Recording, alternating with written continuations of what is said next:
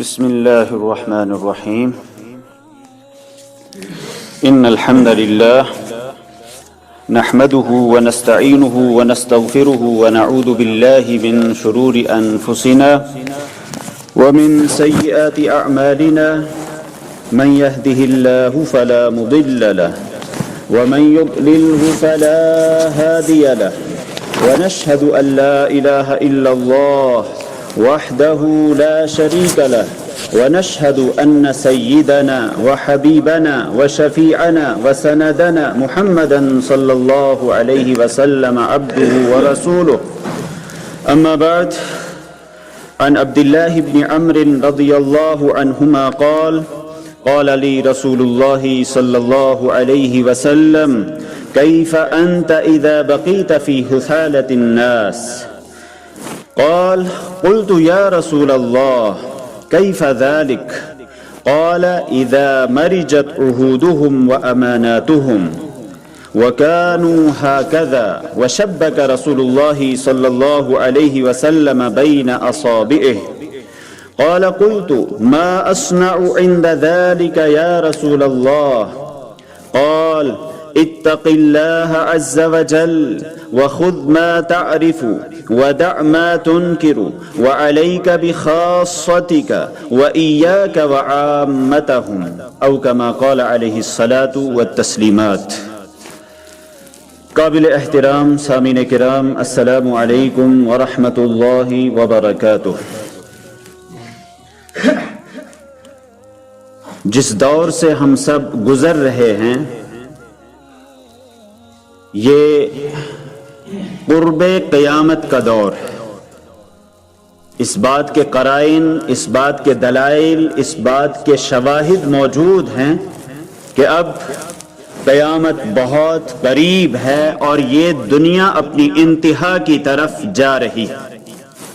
اس کی نشانیاں موجود ہیں، اس کی علامات موجود ہیں، اور سب سے زیادہ سچے انسان اللہ کے رسول صلی اللہ علیہ وسلم نے جو پیشن گوئیاں فرمائی ہیں، جو علامات بتائی ہیں، وہ ہماری آنکھوں کے سامنے اس وقت نظر آ رہی ہیں. ان کو ہم اپنی آنکھوں سے دیکھ رہے ہیں. اللہ کے رسول صلی اللہ علیہ وسلم نے آخری دور کے حوالے سے بڑی تفصیلی باتیں ارشاد فرمائی ہیں.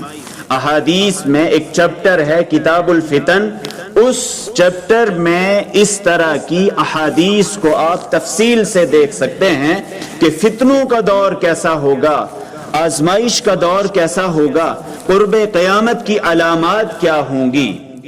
اللہ کے رسول صلی اللہ علیہ وسلم نے علامات قیامت ہمارے سامنے اس لیے بیان فرمائی ہیں تاکہ ہم بری چیزوں سے بچ سکیں، ان تمام چیزوں سے بچ سکیں جو انسان کو برائی میں ملوث کر سکتی ہیں، جو انسان کو غلط لوگوں میں شامل کر سکتی ہیں.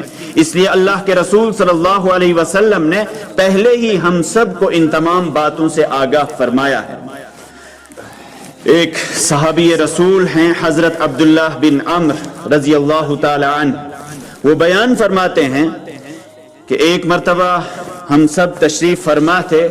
اللہ کے رسول صلی اللہ علیہ وسلم نے مجھ سے بطور خاص ارشاد فرمایا، اور حضور صلی اللہ علیہ وسلم کو جب کوئی بات سمجھانی ہوتی تھی، جب کوئی بات بتانی ہوتی تھی اور آئندہ آنے والے امور کے بارے میں متنبہ کرنا ہوتا تھا، صحابہ کرام کی توجہ مبذول کرتے تھے. اللہ کے رسول صلی اللہ علیہ وسلم ان کو سوالیہ انداز میں استفسار فرماتے تھے.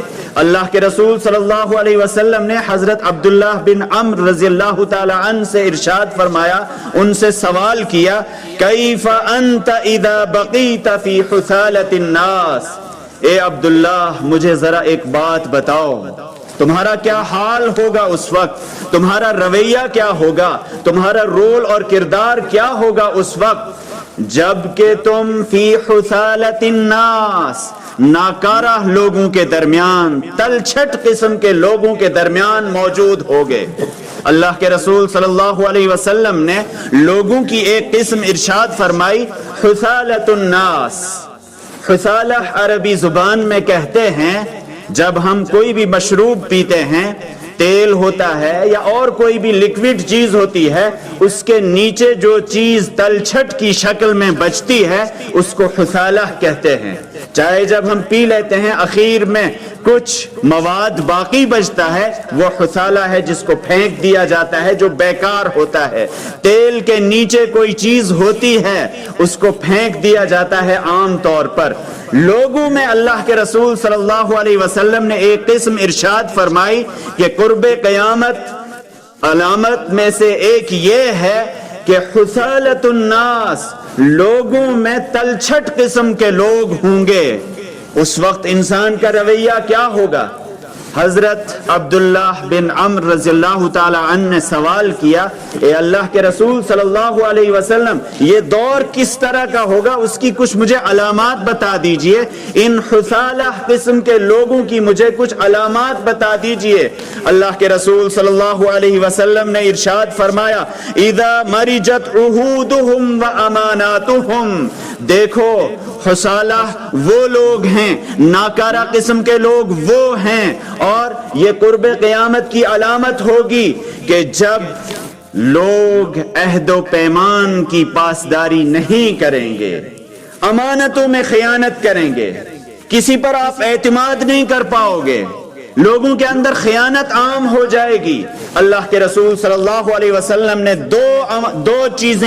دو علامتیں ارشاد فرمائی کہ اذا مرجت عہودہم واماناتہم، جب عہد و پیمان ختم ہو جائے، عہد کو وفا کرنا، عہد کو پورا کرنا لوگوں کے اندر یہ چیز مفقود ہو جائے، اسی طرح سے امانت داری لوگوں کے اندر مفقود ہو جائے، تو سمجھ لو آپ فی حثالۃ الناس ہو، آپ ناکارہ قسم کے لوگوں میں ہو۔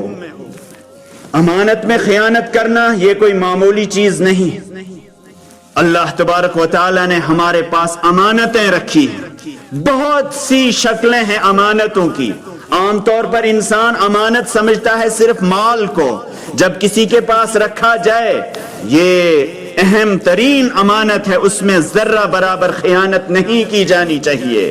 لیکن اللہ تبارک و تعالی کی طرف سے ہمارے پاس جو امانتیں ہیں، جسم کی شکل میں، صلاحیتوں کی شکل میں، اعضائے جسم کی شکل میں، اور اسی طرح سے مناصب کی شکل میں، کسی کو کوئی مقام ملا ہے اس کی شکل میں، ہمارے بچے، ہماری اولاد، ہمارے گھر والے، ہمارے اہل و عیال اور جو بھی ماتحت لوگ ہیں، وہ سب ہمارے پاس ہماری امانتیں ہیں۔ ہم کسی آفس میں ہیں، ہم کسی انسٹیٹیوٹ میں ہیں، ہم کسی ادارے میں ہیں، ہم کسی محلے میں ہیں، اس محلے کے اندر، اس ادارے کے اندر، اس انسٹیٹیوٹ کے اندر رہتے ہوئے ہمارے ذمے، ہمارے دائرہ کار میں جو چیزیں آتی ہیں وہ سب امانات ہیں۔ اگر ان امانتوں میں خیانت کی جا رہی ہے، اگر عہد کو پورا نہیں کیا جا رہا ہے، پھر یاد رکھنا چاہیے اللہ کے رسول صلی اللہ علیہ وسلم کے ارشاد کے بموجب ایسے لوگ حثالۃ الناس ہیں، ناکارہ قسم کے لوگ ہیں، تلچھٹ ہیں، جن کو پھینک دیا جانا چاہیے، جن کو ختم کر دیا جانا چاہیے۔ خیر، حضرت عبداللہ بن عمرو رضی اللہ تعالی عنہ نے اللہ کے رسول صلی اللہ علیہ وسلم سے پوچھا، استفسار کیا کہ اگر میں ایسے لوگوں کے درمیان پھنس جاؤں، ایسی سوسائٹی میں پھنس جاؤں، ایسے لوگوں کے درمیان مجھے زندہ رہنا پڑے، تو آپ مجھے ہدایت کیجئے، مجھے نصیحت کیجئے کہ ایسے موقع پر مجھے کیا کرنا چاہیے۔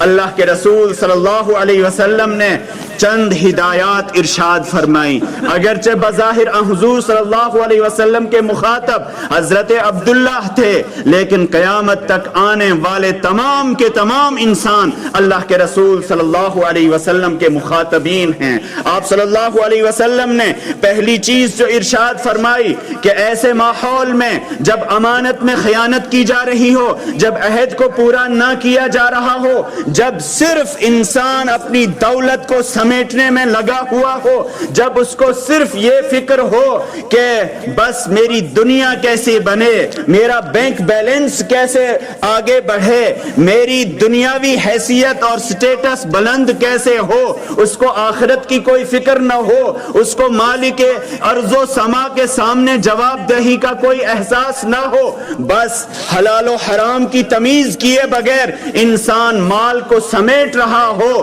ایسے موقع پر کیا کرنا چاہیے؟ سب سے پہلی ہدایت اللہ کے رسول صلی اللہ علیہ وسلم نے ارشاد فرمائی کہ ایسی سوسائٹی میں، ایسے ماحول میں سب سے پہلا کام یہ کرنا ہے، اتق اللہ عز وجل، دیکھو سب سے زیادہ اللہ کا تقوی اختیار کرو ایسے ماحول میں۔ اللہ کا تقوی عام طور پر یہ لفظ بولا جاتا ہے لیکن اس کی گہرائی میں ہم اترتے نہیں ہیں۔ اللہ کا تقوی صرف مسجد میں نہیں ہوتا ہے، اللہ کا تقوی صرف تسبیح کے دانے پھیرنے کا نام نہیں ہے، اللہ کا تقوی صرف تہجد گزاری اور تلاوت قرآن کا نام نہیں ہے، اللہ کا تقوی یہ بھی ہے جب انسان کے سامنے حرام ہو، رشوت کی شکل میں، سود کی شکل میں، دوسروں کے حقوق کی شکل میں، انسان اس حرام سے اجتناب کرے۔ حرام کے ہوتے ہوئے اس سے اجتناب کرنا یہ سب سے بڑا تقوی ہے۔ یہاں کون سی چیز انسان کو روک سکتی ہے؟ دنیا کی محبت تو کہے گی مال کو حاصل کر لو، دنیا تو کہے گی کوئی بات نہیں آپ کا بینک بیلنس بڑھ جائے گا، لیکن اگر انسان کے دل کے اندر خوف خدا ہے، اس کے ذہن میں، اس کے دماغ میں یہ احساس ہے کہ ایک دن مجھے رب کے سامنے حاضر ہونا ہے، یہی مال میرے لیے وبال جان بن جائے گا۔ اور قرآن پاک نے مال حرام کو اور خاص طور پر یتیموں کے، کمزوروں کے مال کو کہا ہے انما یاکلون فی بطونہم نارا وسیصلون سعیرا، یہ مال نہیں بلکہ یہ جہنم کی آگ ہے جو انسان کھا رہا ہے، جو انسان برت رہا ہے، جو انسان پہن رہا ہے، جو انسان اپنی زندگی میں استعمال کر رہا ہے۔ انما یاکلون فی بطونہم نارا، یہ اپنے پیٹوں میں جہنم کی آگ بر رہے ہیں مال کی شکل میں۔ وسیصلون سعیرا، ان قریب یہ جہنم کی آگ میں جھلسیں گے۔ تقوی ایک ایسی چیز ہے اگر انسان مصیبت میں پھنس گیا ہے، پریشانی میں ہے، وَمَن يَتَّقِ اللَّهَ يَجْعَل لَّهُ مَخْرَجًا وَيَرْزُقْهُ مِنْ حَيْثُ لَا يَحْتَسِبُ، یہ اللہ کا وعدہ ہے۔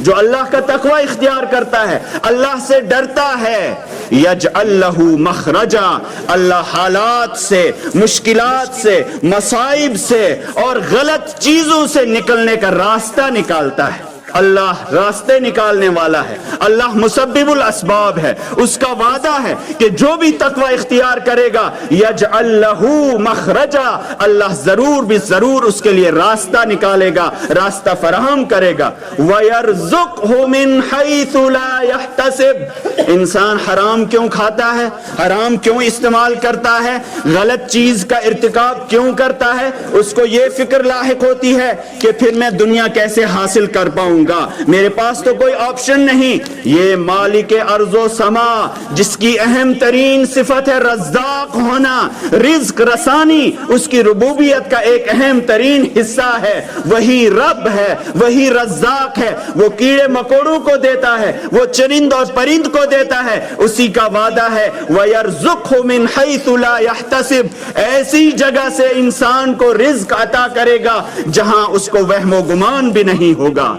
تو جب انسان حثالت الناس میں پھنس جائے، جب انسان غلط سوسائٹی میں پھنس جائے، اللہ کے رسول صلی اللہ علیہ وسلم کی پہلی ہدایت ہے اتق اللہ عز وجل، اللہ کا تقوی اختیار کرو، اللہ سے ڈرتے رہو ہر حال میں، مسجد میں بھی اور مسجد کے باہر بھی، تنہائی میں بھی اور اجتماعی شکل میں بھی، ہر حال میں اللہ کا تقوی اختیار کیا جائے۔ اس کے بعد اللہ کے رسول صلی اللہ علیہ وسلم نے دوسری ہدایت فرمائی، دوسرا نقطہ یہ ارشاد فرمایا کہ وَخُذْ مَا تَعْرِفُ وَدَعْ مَا تُنْكِرُ، دنیا کے اندر بہت سے کام ہیں۔ اللہ کے رسول صلی اللہ علیہ وسلم نے ایک حدیث میں ارشاد فرمایا ہے الحلال بین والحرام بین، حلال بالکل واضح اور حرام بھی بالکل واضح۔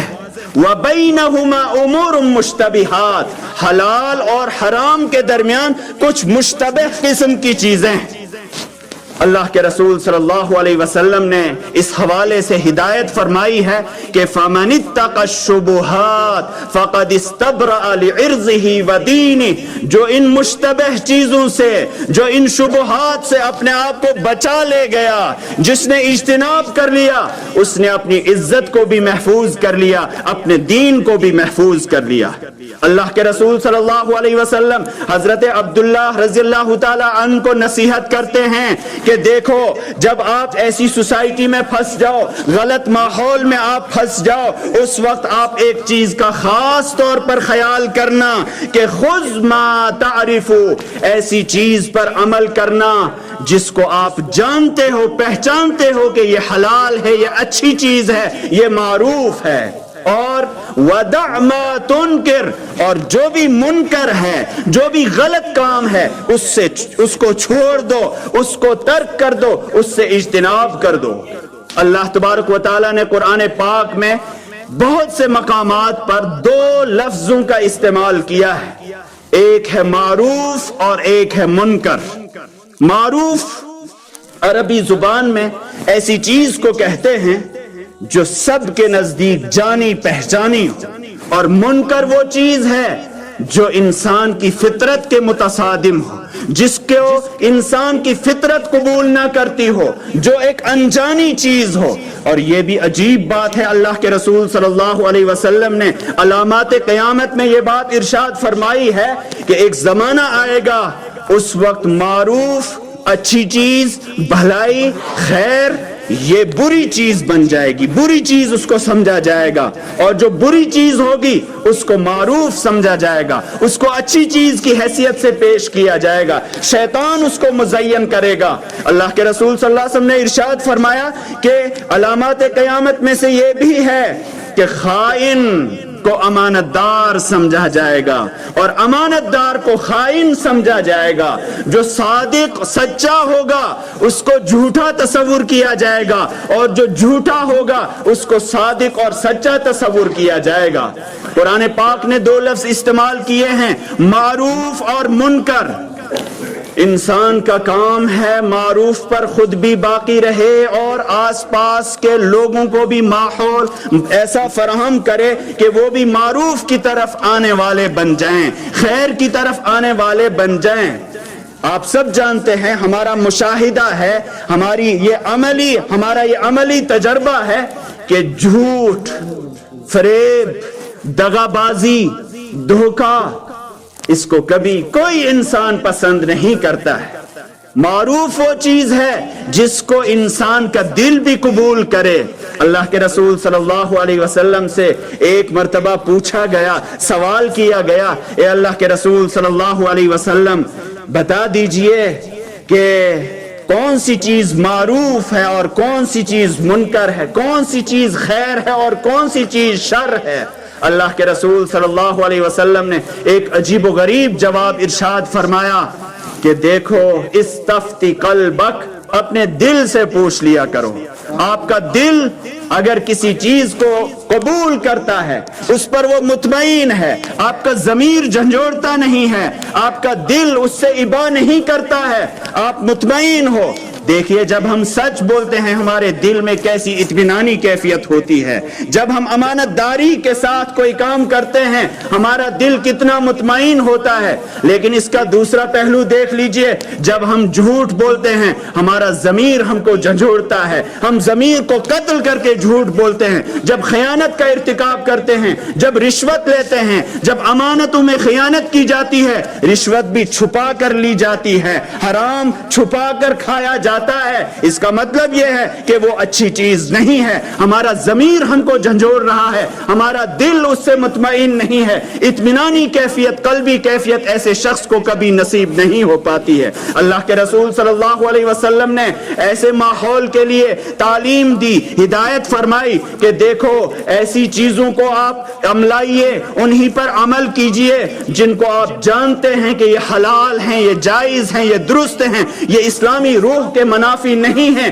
ایسی چیزوں پر عمل کیجئے. لیکن اگر آپ جانتے ہیں یہ منکر ہے، یہ شر ہے، یہ بری چیز ہے، یہ باطلانہ رویہ ہے، یہ غلط شیطانی سوچ ہے، فوراً اس چیز سے اجتناب کیجئے. پھر اس سلسلے میں ہیلے تلاش کرنا، بہانے تلاش کرنا، اب مجھے یہ مجبوری ہے، اب مجھے یہ مجبوری ہے. ایک مفتی صاحب کے پاس چلے گئے، انہوں نے حرام بتا دیا، اب اس حلال کے چکر میں کہ کہیں سے مجھے اس کے حلال کا فتویٰ مل جائے، دوسرے مفتی صاحب کے پاس پہنچ گئے، تیسرے مفتی صاحب کے پاس پہنچ گئے. یہ غلط رویہ ہے، یہ اسلامی روح کے منافی ہے. اللہ کے رسول صلی اللہ علیہ وسلم نے ارشاد فرمایا اگر معروف جانتے ہو آپ یہ معروف ہے اس پر عمل کیجئے، اور جس کو آپ منکر جانتے ہو سمجھتے ہو آپ کو پورا اطمینان ہے اور یا شک و شبہ بھی ہے. اللہ کے رسول صلی اللہ علیہ وسلم نے ایک بات ارشاد فرمائی کہ ایک بات جو تمام انبیاء کے واسطے سے ہم تک پہنچی، یعنی تمام انبیاء اس کی تلقین کرتے رہے، وہ کیا؟